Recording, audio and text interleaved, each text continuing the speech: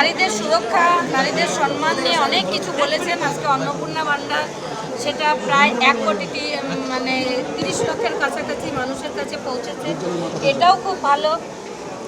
কিন্তু নারীদের সুরক্ষা এখনও হচ্ছে না। যত মুখে বললে বিগত 1 মাসে 4-5টা হয়েছে, আমার কাছে খবর রয়েছে, কিন্তু সেখানে কোনো তদন্ত কাদম্বিনীর এবং আমার মেয়ের বিচারের জায়গাটাতেও আমি দেখেছি কথা রাখতে পারেননি সরকার।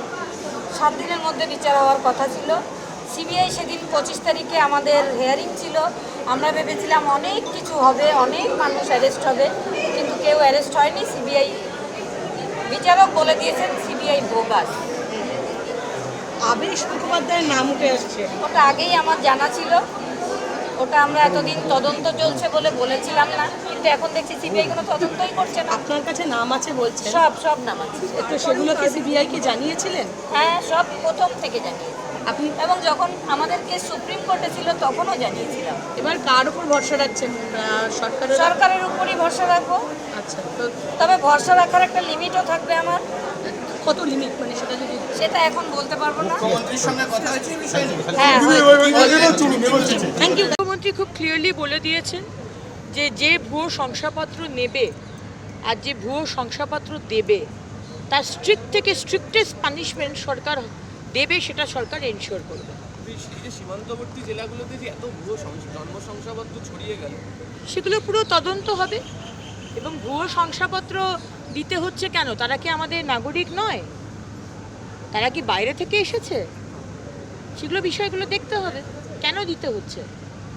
এসআইআর যেই শুরু হলো দেখা গেল ব্যাকডেটেড শংসাপত্র দেওয়া হচ্ছে। এগুলো তো চলতে পারে না, আর এগুলো চলতে দেব না। আমরা পদ্ধতি বার করব, মাননীয় মুখ্যমন্ত্রী আছেন, we will not allow this. আপনারা যে অনুপ্রবেশের অভিযোগ করছিলেন এটা তো তারই প্রমাণ।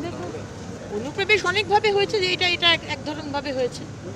কালকে আমি ট্রান্সজেন্ডারদের সাথে বসেছিলাম, ট্রান্সদের সাথে। তারা বলছে যে কলকাতা শহরে বেশিরভাগ 80% নাকি বাংলাদেশের ট্রান্স। ভাবা যায়? তারা নাকি, আমি মাননীয় মুখ্যমন্ত্রীর কাছে এই বিষয়টি জানাবো, তারা নাকি ওই আমাদের ফর্মে, এসআইআরের ফর্মে তারা লিখছে তাদের মায়ের নাম, তাদের গুরুর যে নাম।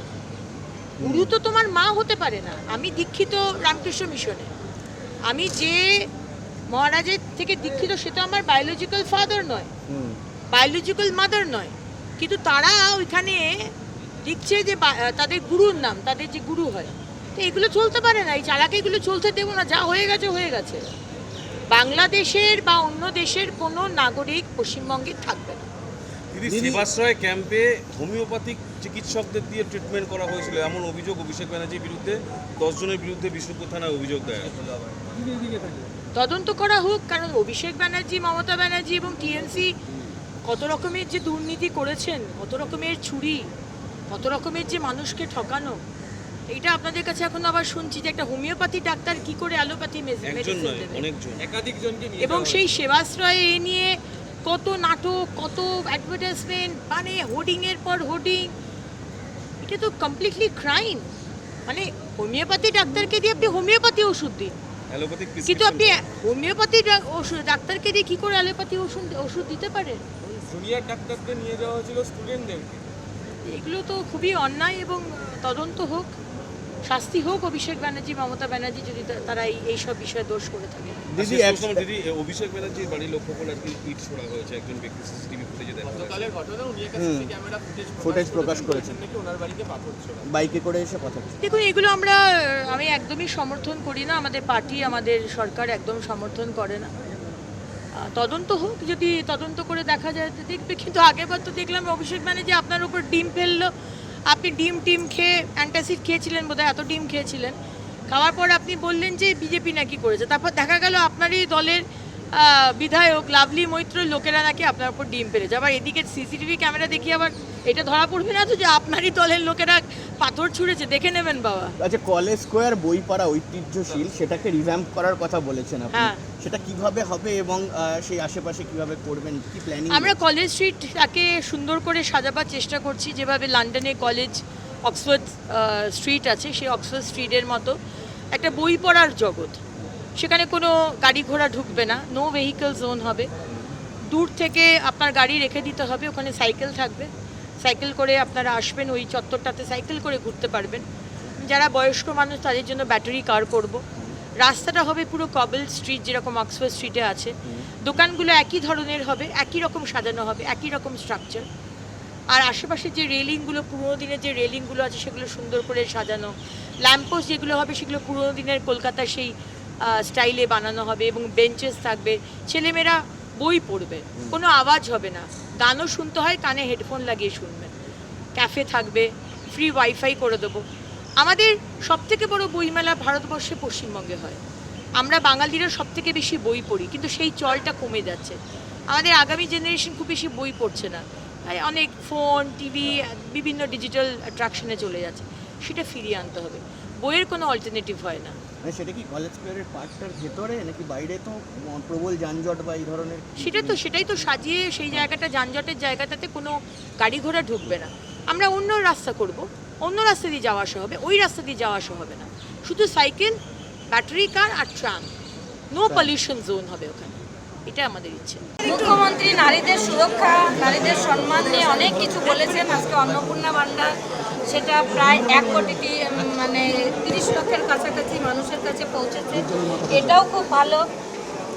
কিন্তু নারীদের সুরক্ষা এখনও হচ্ছে না। যত মুখে বললে বিগত 1 মাসে 4-5টা হয়েছে, আমার কাছে খবর রয়েছে, কিন্তু সেখানে কোনো তদন্ত হচ্ছে না। কাদম্বিনীর এবং আমার মেয়ের বিচারের জায়গাটাতেও আমি দেখেছি কথা রাখতে পারেননি সরকার।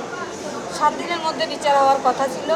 সিবিআই সেদিন 25 তারিখে আমাদের হিয়ারিং ছিল। আমরা ভেবেছিলাম অনেক কিছু হবে, অনেক মানুষ অ্যারেস্ট হবে, কিন্তু কেউ অ্যারেস্ট হয়নি। সিবিআই বিচারক বলে দিয়েছেন সিবিআই বোগাস। আবেশ মুখোপাধ্যায়ের নাম উঠে আসছে। ওটা আগেই আমার জানা ছিল, ওটা আমরা এতদিন তদন্ত চলছে বলে বলেছিলাম না, কিন্তু এখন দেখছি সিবিআই কোনো তদন্তই করছে না। আপনার কাছে নাম আছে বলছেন, সব নাম আছে। তো সেগুলোকে সিবিআইকে জানিয়েছিলেন? হ্যাঁ, সব প্রথম থেকে জানিয়েছি। আপনি এবং যখন আমাদের কেস সুপ্রিম কোর্টে ছিল তখনও জানিয়েছিলাম। এবার কার উপর ভরসা রাখছেন? সরকারের? সরকারের উপরই ভরসা রাখবো। আচ্ছা, তো তবে ভরসা রাখার একটা লিমিটও থাকবে আমার।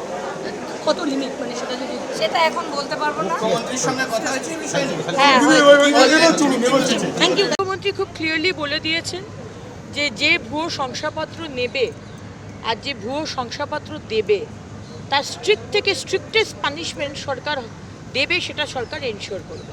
এই যে সীমান্তবর্তী জেলাগুলোতে যে এত ভুয়ো জন্ম শংসাপত্র ছড়িয়ে গেল, সেগুলো পুরো তদন্ত হবে। এবং ভুয়ো শংসাপত্র দিতে হচ্ছে কেন? তারা কি আমাদের নাগরিক নয়? তারা কি বাইরে থেকে এসেছে? সেগুলো বিষয়গুলো দেখতে হবে, কেন দিতে হচ্ছে। এসআইআর যেই শুরু হলো দেখা